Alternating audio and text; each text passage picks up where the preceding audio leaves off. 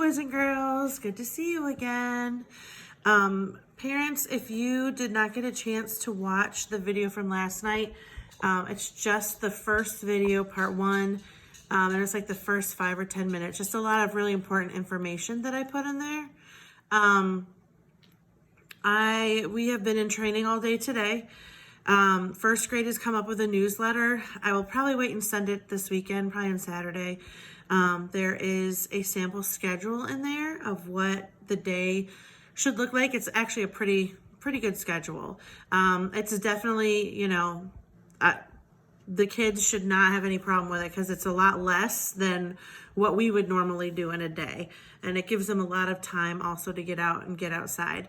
In the newsletter, it says a sample schedule is here, and then the word here is hyperlinked. A lot of, even when I sent it in to be approved, the principal missed it. So just on that word here, when you click it, that'll give you that sample schedule. Because along with doing the Imagine Learning and Imagine Math, they'll have writing to do each day and then some reading. And I'll send all that stuff, like I said, this weekend. Because during that reading time, they can take maybe 10 minutes of the 30 minutes and choose any book they want from home. But the rest of the time, I want them in reading A to Z. Just because it's at their level. And I can go in and I can check how they're doing. I can bump them up. Because that's the biggest thing. We got to really keep them moving. So if I see that they're doing great on quizzes, I'm just going to, send you a quick email and say, yeah, have them keep moving. Go to the next level and I'll open it up. But I'll talk about all that this weekend. So chapter 2 is called Clothes and Nubs. Lucille was still mad at lunch. I just don't get it, she grouched. How could anyone forget the Easter Bunny? I mean, the Easter Bunny brings candy right to your door. Lenny did a frown at her. He does not bring candy to my door, Lucille. The Easter Bunny is a different religion than me. I'm Jewish. Shirley nodded. I'm Jewish too, Lucille. I've never ever been to an Easter egg hunt before. What do you wear to something like that anyway? Lucille stood up and fluffed herself. Well, since the Easter Bunny and I are the same religion, I'm going to wear my fancy Easter dress, Shirley. Shirley thought for a minute, and then she nodded. Yeah, I guess I'll wear a fancy Jewish dress. Lenny's eyes lighted up. Really, Shirley? You mean we have our own clothing line? He asked. He smiled. And then I guess I'll wear some fancy Jewish pants, he said. My friend named Herbert tapped on his chin. Let's see. Since I'm Presbyterian, I guess I should wear Presbyterian pants, he said. He turned and looked at me. Presbyterian means we iron out our wrinkles, I think, he said. Sheldon slapped the table with his hand. Hey, I know. I'll wear a fancy turban. A fancy turban is religious clothes, right? He asked. Oh, and by the way, it's Presbyterian. Mr. Scary was listening to us while we ate. He quick put down his sandwich. Boys and girls, you're getting way off track. Lucille's Easter egg hunt is not a religious party. I've spoken to her mother about it. It's more of a spring picnic with an egg hunt activity. Am I right, Lucille? Yes, she said. My mother said the Easter Bunny isn't even working that day. He is just going to hop around the party and smile and have his picture taken with people. I thought about that for a second. I don't think bunnies should smile. They have yellow teeth, don't they? Like clown teeth? Except bunny teeth are way pointier.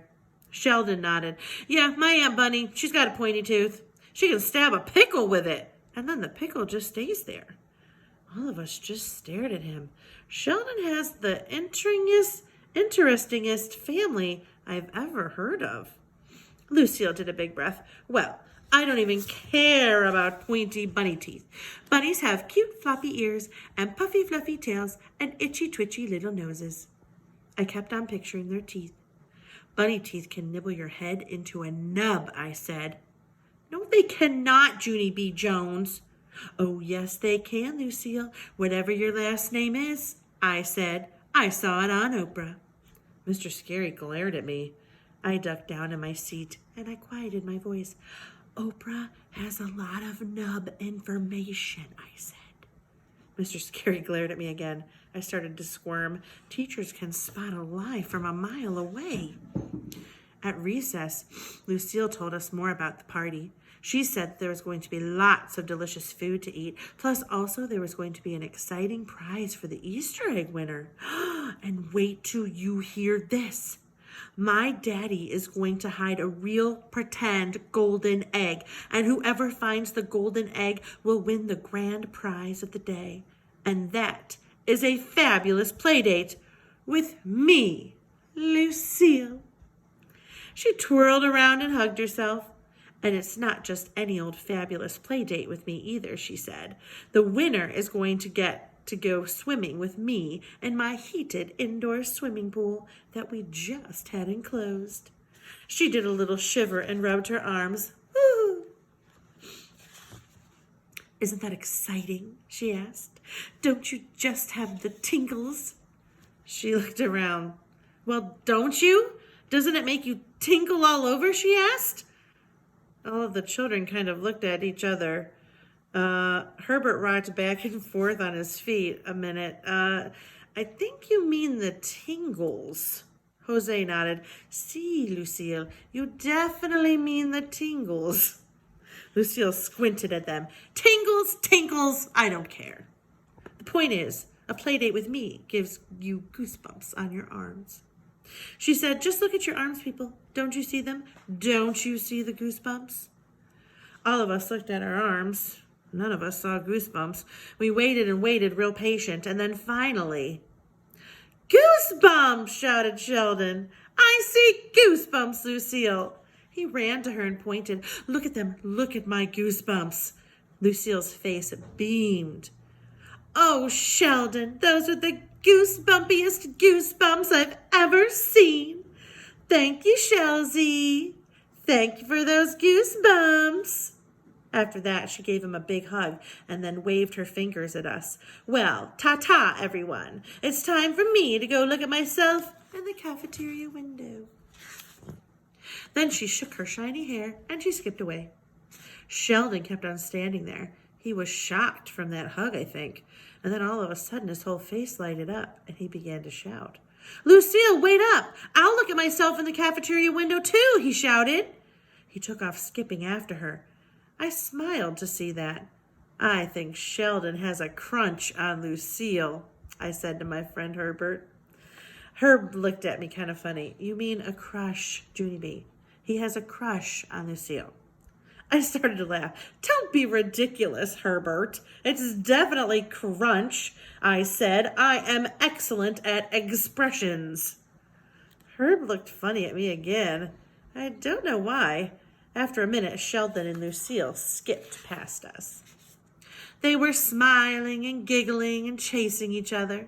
Sheldon was calling to her. Come back here, you spriggy little lamb, he called. I slapped my knee. Spriggy little lamb, ha! He called her a springy little lamb. That's a hoot. May heard me talking. It's not funny, Junie Jones. Can't you see what he's doing? Sheldon is trying to get in good with Lucille, so she'll tell him where the golden egg is hidden. He's just trying to win the play date to swim in her pool. She followed him with her eyes. He's not going to get away with it. After that, she cupped her hands around her mouth and she shouted after him. You can forget about it, Sheldon Potts. I'm going to be the one who finds that golden egg, not you. I've got eyes like a red-tailed hawk. I looked at her very curious. May has a lot of bird parts. Also, I think she's cuckoo. And that is not name-calling. It's just the truth. That's the end of chapter 2. So, I will see you guys tomorrow. Parents, I am working on report cards right now. There will be information in that newsletter about the report cards. I will tell you they'll be coming on April 15th. And you'll be getting the narrative part directly from me, and then the standards part from the office. So, like I said, as soon as I get info, I'll keep passing it on to you. And any questions, please let me know right away. Also, if you do not have the technology for the program, I need to know as soon as possible so that we can get you a paper packet. I've already had a couple parents contact me. So please let me know if you can, like in the next day. I have had a parent contact me, which was a great question. She has internet, but where they are, the internet's kind of intermittent. And so I said, you know what, I'm just going to say you don't have it, get a packet so that if it works, obviously that's where we want the kids first. If they have internet access, we want them online. But if it's not working that day, at least we have a backup. So if anyone else is in that situation, let me know that too, because I'd like to just have you have a backup. You can print things offline, but again, you have to have a printer and use your own ink. So if I can get it for you, then I will do that. All right. I love you, little munchkins. Sleep tight. I'll see you tomorrow.